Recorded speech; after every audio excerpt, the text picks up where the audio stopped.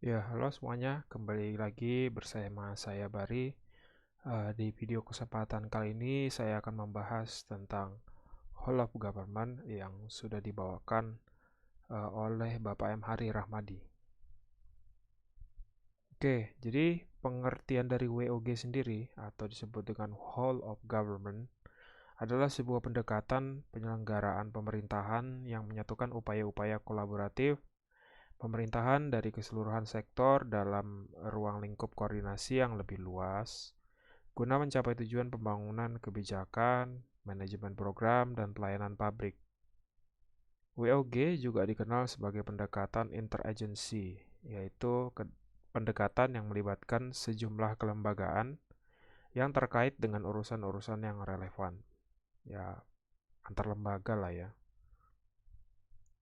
Oke, jadi menurut Perry, tahun 2004 menjelaskan mengenai perbedaan kategori hubungan kelembagaan dalam sebuah kontinum sebagai berikut. Jadi di sini di kategori hubungannya itu ada koordinasi, integrasi, kemudian ada kedekatan dan perlibatan. Nah, untuk koordinasi ada di situ tipenya ada penyertaan. Ya, penyertaan itu ada dialog, ada joint planning. Kemudian keterangannya di situ untuk penyertaan sendiri pengembangan strategi dengan mempertimbangkan dampak. Kemudian untuk dialog sendiri itu adalah pertukaran informasi. Dan untuk joint planning itu kayak perencanaan bersama atau kerjasama sementara. Kemudian di sisi integrasinya itu ada joint working, di situ kolaborasi sementara, kemudian joint venture, itu perencanaan jangka panjang, kerjasama pada pekerjaan besar yang menjadi urusan utama salah satu peserta kerjasama. Kemudian ada satelit, nah, di sini entitas yang terpisah dimiliki bersama dibentuk sebagai mekanisme integratif. Kemudian yang terakhir ada kedekatan dan pelibatan. Di sini ada aliansi strategis. Aliansi strategis itu perencanaan jangka panjang, kerjasama pada isu besar yang menjadi urusan utama salah satu peserta kerjasama. Kemudian ada union. Union ini unifikasi resmi ya, penyatuan. Itu identitas masing-masing masih nampak. Jadi ya kayak inilah ya, ya satu gitu ya. Merger. Nah, merger ini penggabungan. Jadi penggabungan ke dalam struktur baru. Jadi antara mungkin dua atau lebih itu bergabung dia. Merger bergabung menjadi satu. Ya, kemudian praktek WOG. Terdapat beberapa cara pendekatan WOG yang dapat dilakukan baik dari sisi penataan institusi formal maupun informal. Cara-cara ini pernah dipraktikkan oleh beberapa negara, termasuk Indonesia dalam level-level tertentu. Yang pertama ada penguatan koordinasi antar lembaga. Jadi penguatan koordinasi ini dapat dilakukan jika jumlah lembaga-lembaga yang dikoordinasikan masih terjangkau dan manageable. Dalam prakteknya, span of control atau rentang kendali yang rasional akan sangat terbatas. Salah satu alternatifnya adalah mengurangi jumlah lembaga yang ada sampai mendekati jumlah yang ideal untuk sebuah koordinasi. Dengan jumlah lembaga yang rasional, maka koordinasi dapat dilakukan lebih mudah. Yang kedua, membentuk lembaga koordinasi khusus. Pembentukan lembaga terpisah dan permanen yang bertugas dalam mengkoordinasikan sektor atau kementerian adalah salah satu cara melakukan WOG. Jadi lembaga koordinasi ini biasanya diberikan status kelembagaan setingkat lebih tinggi atau setidaknya setara dengan kelembagaan yang dikoordinasikannya. Ketiga, ada membentuk gugus tugas. Ini mungkin sering kita dengar ya. Gugus tugas merupakan bentuk pelembagaan koordinasi yang dilakukan di luar struktur formal yang setidaknya tidak permanen.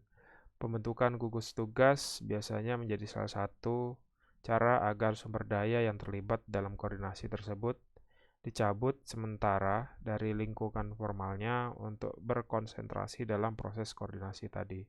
Ya contohnya kayak pandemi sekarang ya COVID-19 itu dibentuk gugus tugas. Jadi ada banyak di situ lembaga-lembaga yang terkait. Kemudian yang keempat ada koalisi sosial. Koalisi sosial ini merupakan bentuk informal dari penyatuan koordinasi antar sektor atau lembaga tanpa perlu membentuk pelembagaan khusus dalam koordinasi ini. Di Australia dalam masa pemerintahannya Howard melakukan hal ini dengan mendorong inisiatif koalisi sosial antar aktor pemerintah, bisnis, dan kelompok masyarakat. Koalisi sosial ini mendorong adanya penyamaan nilai dan persepsi tentang suatu hal sehingga pada akhirnya akan terjadi koordinasi alamiah. Ya, jadi tantangan dan praktek WOG. Tantangan yang akan dihadapi dalam penerapan WOG di tataran praktek ini antara lain yang pertama itu ada kapasitas SDM dan institusi.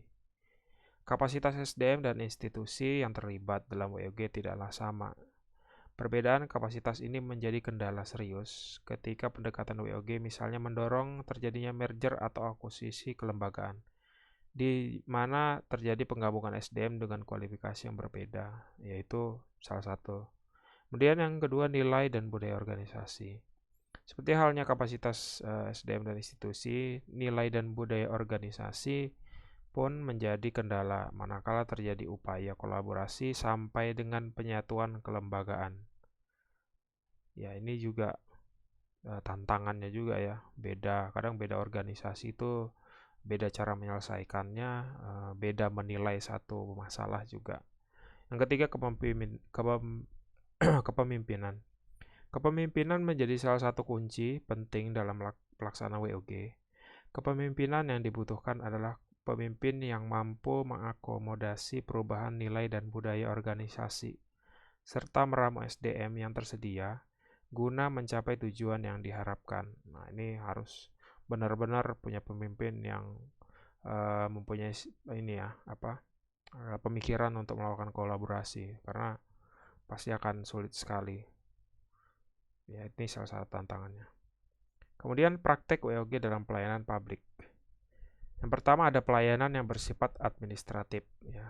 Itu pelayanannya contoh-contohnya itu ya seperti kita KTP, kemudian status keluarga negaraan, status usaha, surat kepemilikan, atau penguasaan atas barang, dokumen-dokumen resmi seperti SIUP, izin trayek, izin usaha, akte, KTP, sertifikat tanah, ya, dan lain sebagainya. Kemudian ada pelayanan jasa. Bentuk pelayanan jasa itu biasanya berupa pendidikan, kemudian pelayanan kesehatan, ada pelayanan ketenaga kerjaan, kemudian perhubungan. Kemudian berikutnya ketika ada pelayan barang. Kalau barang di sini biasanya seperti jalan atau penerangan, jaringan telepon, air bersih, listrik, itu yang sering juga kita rasakan ya. Kemudian ada pelayanan regulatif. Untuk di pelayanan regulatif ini biasanya berupa penegakan hukum dan peraturan perundang-undangan maupun kebijakan publik yang mengatur sendi kehidupan masyarakat. Nah, jadi ada beberapa contoh negara yang melakukan praktek WOG sendiri. Yang pertama itu ada Inggris ya. Di sana disebut dengan WOG accounts. Jadi di sana itu sudah melakukan integrasi sistem laporan keuangan dengan jumlah 5.500 organisasi publik. Itu merupakan satu hal yang kolaborasi ya, hal yang luar biasa ya, bisa mengintegrasikan sistem kemudian bisa dipakai untuk banyak organisasi. Kemudian di Australia itu ada APSC, Centrelink, COAG atau koalisi sosial. Nah, di sini integrasi antar lembaga di semua tingkatan dan mendekatkan pelayanan publik kepada masyarakat. Kemudian ada di Amerika Serikat, itu ada keamanan nasional, kemudian integrated portal ya. Websitenya ini www.usa.government. Nah, di sini fokus pada isu keamanan nasional serta pemanfaatan teknologi informasi dalam menyatukan pemerintah di semua tingkatan. Kemudian di keempat Malaysia, yang ini negara tetangga kita ya. Mereka di sana memiliki pelayanan namanya one day service, one day delivery, dan no wrong door. Jadi pemberian layanan yang lebih terintegrasi dan cepat, serta memastikan bahwa setiap keluhan dari masyarakat harus diterima dan direspon segera, walaupun keluhan tersebut ditujukan ke instansi yang berbeda. Jadi praktek-praktek di negara ini merupakan contoh penerapan WOG yang sudah sangat baik sekali. Ya, jadi artinya whole of government ini merupakan satu langkah untuk melakukan inovasi. Jadi pemerintah Indonesia sendiri ya contohnya kalau sekarang itu ada seperti pelayanan satu pintu, mungkin ketika kita ini ya, mungkin kayak misalkan kita mau ngurus pajak kendaraan bermotor, Samsat contohnya ya. Nah, dalam Samsat itu ya itu sudah melakukan konsep WOG. Jadi di dalamnya itu ada banyak eh, ini ya lembaga-lembaga pemerintah di dalamnya, seperti ada kepolisian, kemudian itu ada dari pajak, kemudian itu ada dari bank untuk menyetor keuangannya. Jadi semua hal ada juga di Shop ya, ada juga di Shop. Nah, jadi mereka semua di situ saling berkoordinasi untuk melayani masyarakat. Nah, ini contoh salah satunya. Ya kita sih sebagai masyarakat Indonesia ya berharap ke depannya itu semua pelayanan publik itu bisa memiliki konsep POG sendiri. Jadi kita sebagai seorang ASN itu selain kita sebagai ini ya pelaksana kebijakan publik, sebagai pelaksana publik atau sebagai perekat pemersatu bangsa, inovasi dalam whole of government ini juga itu perlu ditingkatkan. Jadi ketika masyarakat ya istilahnya masyarakat itu kita melayani. Jadi banyak hal-hal yang bisa dipangkas. Contohnya ya biayanya, kemudian itu waktu, efisiensi, kemudian itu transparansi. Jadi masyarakat itu akan bisa menilai, oh ternyata kualitas pemerintahan kita ini semakin baik. Maka memang perlu benar-benar sistem dari whole of government ini bisa terlaksana di pemerintahan kita. Oke, mungkin itu saja yang bisa saya sampaikan. Kurang lebihnya mohon maaf dan sampai jumpa di video selanjutnya.